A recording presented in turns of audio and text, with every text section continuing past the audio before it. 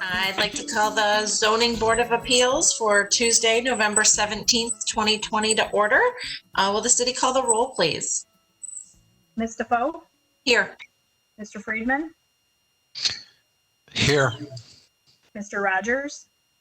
Here. Ms. Lesney? Here. Mr. Wegum? Here. Madam Chair, you have a quorum to conduct business. Thank you. Are there any communications? Not at this time, no. Okay. We'll just remind the public that the number for public comment is on the screen. It's just to read it aloud, 1-415-655-001 with an access code of 173-298-6330. So with that, we'll move into the public hearing.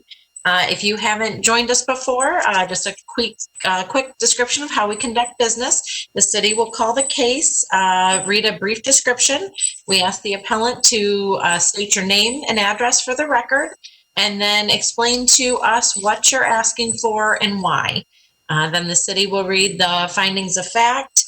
We ask you to agree or add anything at that time, and then we'll open it for public comment, and then turn it over to the board and make a decision. So with that, will the city call the first case, please? For ZBA case 20-17, the appellant Dennis Tinkler of Kokosing Industrial Incorporated, contractor, representing the owner, the Great Lakes Water Authority, is requesting the following variances from the board. A variance of 2 feet of fence height, 6 feet permitted, 8 feet proposed for existing and new fencing. Variance to permit fencing within the minimum front yard setback, 40 feet required, 0 feet proposed for existing and new fencing. And a variance to allow the use of barbed wire on a non-industrially zoned property. Property is located on the east side of East Street between 8 Mile and Shiawassee Roads. Sidwell parcels 2431-452-006 and 2431-452-031, zoned R1 single family residential. This appeal is to section 5.37-1, subsection C, paragraph 2, article 4, chapter 45 of the Southfield City Code, more commonly known as the zoning ordinance.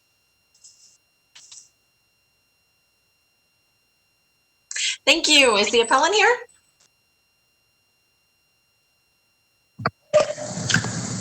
Yes, I am. Dennis Tinkler of Kokosing Industrial. Good evening. Good evening. If you could give us your address for the record, please. Sure. The address is 6285 Westerville Road, Westerville, Ohio, 43081. Okay, thank you. Can you give us a description of the project, what you're asking for and why? Sure. Well, first of all, I think we worked very well with the city planning and reviewed the existing site. And if I could also introduce Andrew Juergens. Andrew's the project manager for Great Lakes Water Authority. And I thought maybe, Andrew, you and I could kind of concurrently chat through the project, if you like. Sure. Hi, this is Juergens with Great Lakes Water Authority. My background on, I guess, the project in general. So this is a $45 million design build contract to provide resiliency in regional water supply. We're replacing 2 existing reservoirs and reservoir pump houses with 2 new reservoirs and a new reservoir pump house. And I guess the some of the drivers of the project, just to maintain facility redundancy. Existing facilities are kind of at the end of their service life, and so that's kind of the project in general. I guess in terms of our variance here, we're looking at our existing site fence has been there since probably around the 1960s. with a fence height of, I believe, 8 feet out there existing.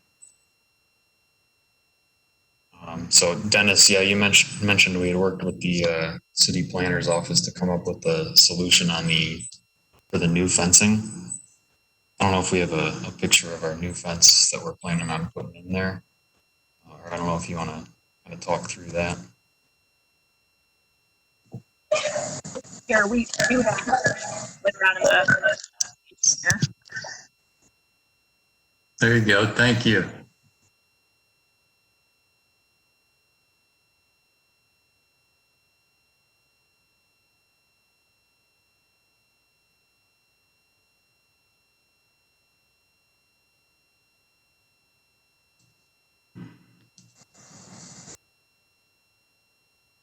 Is everyone still there?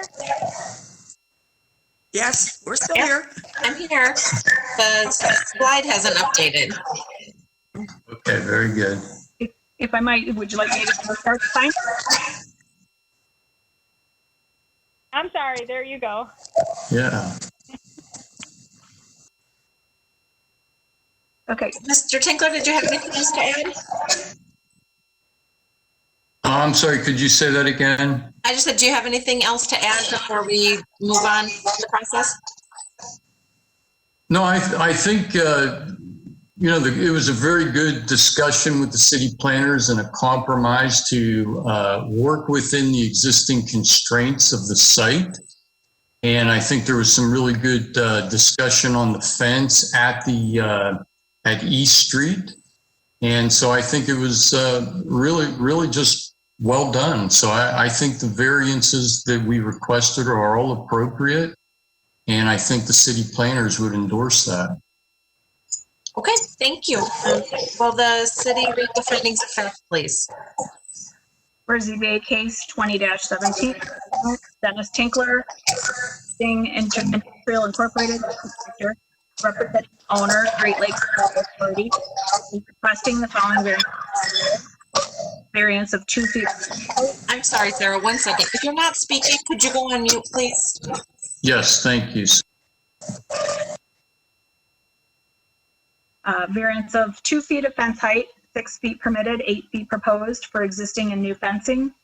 A variance to permit fencing within the minimum front yard setback, 40 feet required, 0 feet proposed for existing and new fencing. A variance to allow the use of barbed wire on a non-industrially zoned property. The property is located on the east side of East Street between 8 Mile and Shiawassee Roads, Sidwell parcels 2431-452-006 and 2431-452-031, zoned R1 single family residential. The property is currently developed with 2 water reservoirs, pump house, and associated structures for the Great Lakes Water Authority. The properties to the north are zoned R1 single family residential and are developed with single family homes fronting Shiawassee Road. The properties to the south are zoned I1 industrial and P vehicular parking and are developed with the Deloisio Development Business, Safekeeping Storage U-Haul, Eastern Auto, and Bush Performance Group. The properties to the east are zone R1 single family residential and I1 industrial, P vehicular parking, and are developed with single family homes fronting Kinlock Street and a parking lot for Bush Performance Group respectively.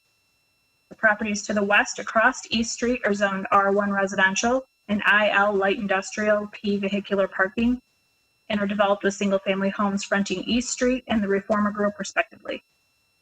The site contains a total of 12.22 acres of land with 777.56 feet of frontage on East Street and a depth of approximately 790 feet. The recently approved site plan indicates the construction of 2 new water reservoirs of 5 million gallons each with associated pump building and the demolition of the existing reservoirs and pump station in phase 2. The plan includes new security fencing and ample landscape screening. The appellant obtained special land use approval in conjunction with the approved site plan request to permit publicly owned buildings on publicly owned land within the R1 single family zoning district on September 20th, 2020. Prior to this approval, the site was legal non-conforming in this regard. There's an existing 8-foot tall chain link fence along the north, east, and south property lines. Along the west property line, there is a total of approximately 800 linear feet of 8-foot tall chain link fencing. The petitioner is proposing to replace the chain link mesh with anti-climb, high-security welded wire mesh for 290 feet, about 36% of this fencing, while retaining the fence posts. The remaining 510 linear feet will be replaced in its entirety at 8 feet in height, also with the anti-climb, high-security welded wire mesh. All existing and proposed fencing has barbed wire along the top. All existing fencing on site is legal non-conforming in terms of height and the use of barbed wire. The fencing along the west property line and 40 linear feet of the north and south property line are legal non-conforming in terms of the required setback in the R1 district. Southfield zoning ordinance permits barbed wire if installed on fencing at least 7 feet in height and on industrial zone property. A taller fence deters people from climbing the fence, thus preventing possible injury resulting from the barbed wire. ZBA case 1828 granted similar variances on October 16, 2018 for Oakland County Water Resources at property located at 22430 West 8 Mile Road. The variances granted included fencing within a front yard and fencing height of 7 feet, which included the use of barbed wire. The variances granted are due to the need for increased security for a public utility. Okay, thank you. Mr. Tinkler, do you agree with those facts as read? Yes, very much. Thank you. Okay, anything else you want to add at this time? No, thank you. It was good. Will the city read the recommendation, please? Staff's recommendation is that the variances as requested be approved based upon the following findings. The fencing has existed within the front yard at a height of 8 feet and with barbed wire since at least I keep going unmuted, sorry. Without issue or complaints, the height and fencing within the front yard are legal nonconformities. A fence height of 7 feet minimum when utilizing barbed wire is permitted within industrial zone properties or districts to deter trespassers and avoid injury. And the existing and proposed fencing is 8 feet. Although the site is zoned R1 single family residential, it is abutting industrial zone properties and functions more as an industrial site, which would permit the use of barbed wire. An 8-foot fence within the front yard and with barbed wire will not be obtrusive nor will be injurious to the surrounding properties due to the industrial and commercial nature of the area. In addition, the fencing will be further screened with landscaping to soften the aesthetic. And similar variances were granted for fencing within the front yard and for fence height of 7 feet tall with barbed wire at property located approximately 2 miles east of the subject property along 8 Mile Road. Okay, thank you. Let's go to public comment. Is there anyone on the line for public comment? I do have someone on the line, and the phone number starts with 614-406. I'm not sure if they're just listening in from the Water Authority or if it's someone from the public. And this is Jim Miller from Kokosing Industrial at that number. Okay, thank you. We don't have anyone for public comment. Okay, thank you. So we'll close public comment at this time and open it up to the board. Ms. Selesny? I have no objection. I think I totally agree with the city's findings, and I see no reason to deny this. Okay, thank you. Mr. Wykeham?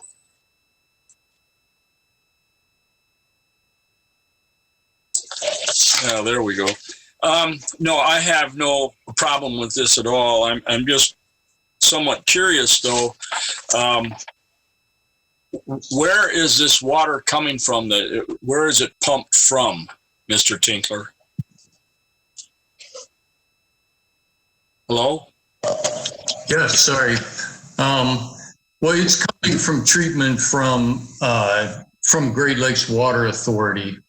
And more specifically, Andrew, if you would like to unmute and describe the workings of the system, we could do that. Yeah, so the water arriving at the West Service Center is typically fed from Springwell's water treatment plant in Dearborn. Okay. And where is this water? Where is it headed? Into Southfield or where? Yeah, so it typically feeds more than just Southfield. Typically to the west, and then south, and then up north to along, I believe, Inkster north.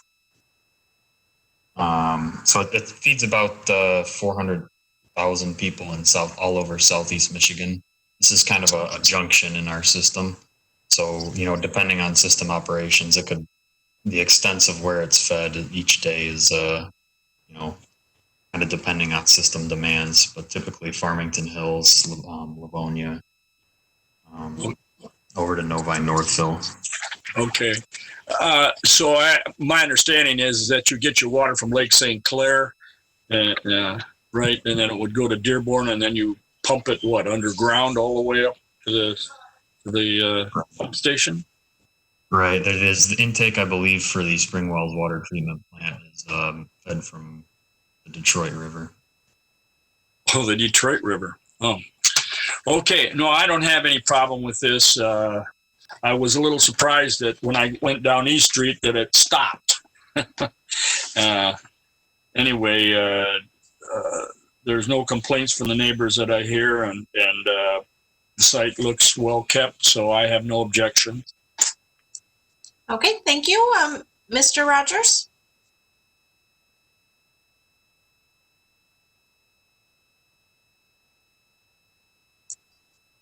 Mr. Rogers, are you on mute? Maybe, Mr. Tinkler? Nope, Mr. Rogers, Jason Rogers. Oh, excuse me. No problem. Are you still with us, Jason? Okay, we'll move on to Mr. Friedman. I see him. I see his number here. I'm here. There he is. Sorry about that. Based on what I'm driving down East Street, it has a very industrial feel, and they're going to be replacing the chain link fence with, it looks like a black welded wire fence. With the landscape buffers that I see in the plan, that'll be an improvement for the aesthetic, for the eye. And I don't have a problem with the approving these types of variances for this project. Thank you. Mr. Friedman. Yeah, I have no issues with the fencing. I did have some questions though about this project in general. It seems odd to me that the thing remains zoned as R1 residential. Is this the only waiver that was required to make your whole project feasible on an R1 zoning?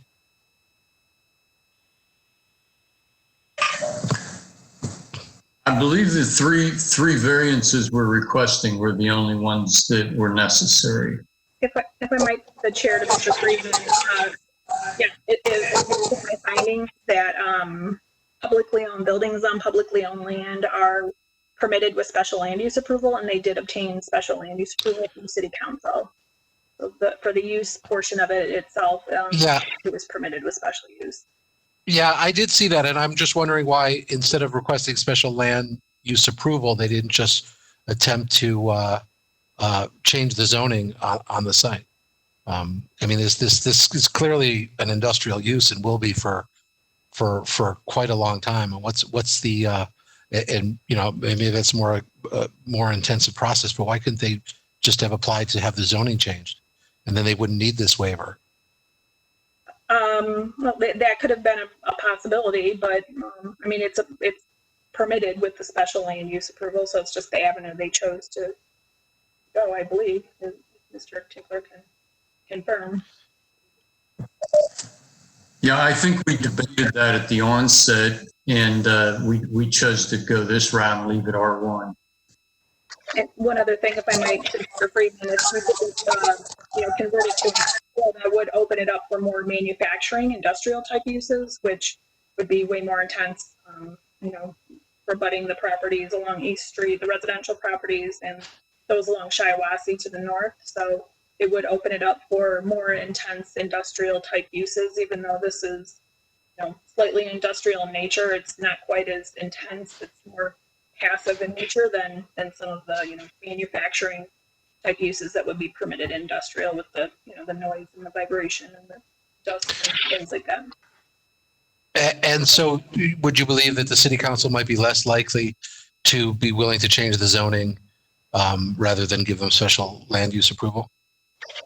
If I might again, yeah, I believe that might have been a factor, to consider. It was just, like I said, it just opens it up for many more intense type of uses if they were the entire zoning, for the future. Okay, well, yeah, it's hard to think of what the future might hold, after some new reservoirs that you're putting in. That's thinking pretty long term. But again, I have no issues with the fencing, and I would approve the waiver. Okay, thank you. And I agree. I think it's a very attractive fence, and as close as it is to some residential, I appreciate that was a factor, I'm sure, in the decision to with the design of the fence that was presented. So, Mr. Friedman, would you make a motion for us? Sure. The appellant, Dennis Tinkler of Cocosig Industrial Incorporated, contractor representing the owner, Great Lakes Water Authority, is requesting the following variances from the board. A variance of 2 feet of fence height, 6 feet permitted, 8 feet proposed for existing and new fencing. A variance to permit fencing within the minimum front yard setback, 40 feet required, 0 feet proposed for existing and new fencing. A variance to allow the use of barbed wire on a non-industrial zone property. The property is located on the east side of East Street between 8 Mile and Shiawassee Roads, Sidwell parcel 2431-452006 and 2431-452031, zoned R1 single family residential. I move that we accept that we grant the variances for the following reasons: that the fencing has existed within the front yard at a height of 8 feet with the barbed wire since at least 2006 without issue or complaint. The height and fencing within the front yards are legal non-conforming. A fence height of 7 feet minimum when utilizing barbed wire is permitted within the industrially zoned districts to deter trespassers and avoid injury, and the existing and proposed fencing is 8 feet. Although the site is zoned R1, single-family residential, is it abutting industrially zoned properties and functions more as an industrial site. An 8-foot fence within the front yard and with barbed wire will not be obtrusive, nor will it be injurious to surrounding properties due to the industrial commercial nature of the area. In addition, the fencing will be further screened with landscaping to soften the aesthetics, and that similar variances were granted for fencing within the front yard and for fence height of 7 feet tall with barbed wire at property located approximately 2 miles east of the subject property. Thank you. Can I have a second? Second. I'll second it. Thank you. Go ahead. All right. Can I have a roll call vote, please?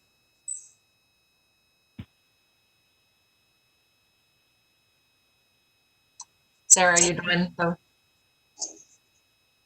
I'm so sorry. I'm not used to this. Ms. Defoe, Yes. Mr. Friedman, Yes. Mr. Rogers, Yes. Ms. Selesny, Yes. Mr. Wygum. Yes. Okay, so your request is granted. Good luck with your project, and thank you for coming this evening. And with that, we will. Did you have anything else, Mr. Tinkler? I just wanted to say thank you. Appreciate it very much. Look forward to getting out there and actually building this project, and we'll make it look really nice. Thank you very much. Appreciate it. Yeah, thank you. Later. Goodbye. Bye. Okay, so we'll close the public hearing and move to, looks like we don't have any minutes. So we have a discussion of upcoming meetings. Looks like our next meeting is December 1st, which is the year-end meeting. And then December 15th, requests to cancel possibly from staff. Yes, I might, the chair or two chair, Ed is going to be out of town, so, and I don't believe we've received any cases. Brianna can confirm. We have not received any cases for either the 1st or the 15th. So, so the first meeting will still take place just for the your own business, and yes, so we're requesting cancellation of the 15th. Okay, and then I would assume if anybody has any questions for legal, we should get them to Ed and Brianna in case we need legal to attend. Otherwise, they probably will not attend unless we make a specific request. Anything else? I think that's it. Yeah, if you could. Okay. So can I have a motion to cancel the meeting? Oh, I'm sorry. Before you do that, I just Yes. wanted to request from Mrs. Selesny or Mr. Friedman any holidays for 2021 that I should keep in mind. When preparing the calendar. Yes. Okay. All right. Thank you. I have a question. Yes. The December 1st meeting does have cases, right? No. Does not. No. Well, we're going to meet anyway, or is this when we elect our officers, or what? Yeah, this is the annual meeting where we elect officers and review our procedures. All right. And I assume it's still going to be virtual. I would expect so. Yes, it will be. All right.